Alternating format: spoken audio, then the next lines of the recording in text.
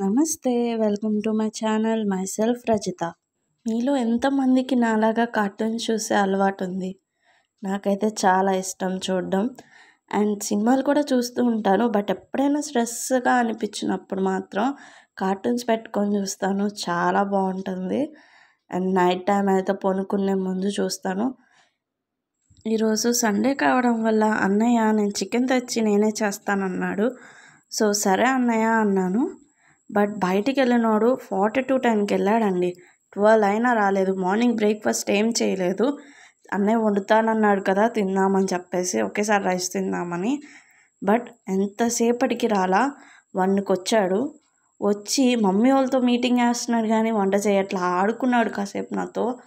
సరే అని చెప్పేసి ఏంటి అన్నయ్య కూడా ఏం తినలేదు. ఎంతసేపు ఎలా ఉన్నాడంటే బయటికి వెళ్ళి ఫ్రెండ్స్తో తిరిగి మంచిగా తినేసి వచ్చాడంట. ఇంకా కాసేపు అట్లా గొడవ చేసి ఇంకా నాకు బాగా ఆకలిస్తుందంటే వచ్చి వండాడు. కర్రీ అయితే సూపర్ ఉంది. మా అన్నయ్య ఇలా చేస్తాడని అస్సలు ఎక్స్పెక్ట్ చేయలేదు. ఎందుకంటే 1 ఇయర్ బయట ఉన్నాడు జాబ్ పర్పస్గా. ఈ 1 ఇయర్లో సాధించిన విజయం ఈ చికెన్ కర్రీ. ఇక్కడేమో నన్ను మంచిగా మా చిన్న మమ్మీ నాకు ప్లేటింగ్ చేసి ఇచ్చింది. చికెన్ అండ్ టమాటా పచ్చడి. బాబాయ్ శ్రావణ మాసం కాబట్టి తినరని చెప్పేసి బాబాయ్ కోసం టమాటా పచ్చడి చేశారు. ఇక్కడ నేను చూపిస్తుంది పప్పు అండ్ టమాటా పచ్చడి. కాంబినేషన్ అయితే సూపర్ ఉంది. సండేకి సంబంధించిన లాంగ్ వీడియో ఒకటి పోస్ట్ చేస్తాను చూడండి.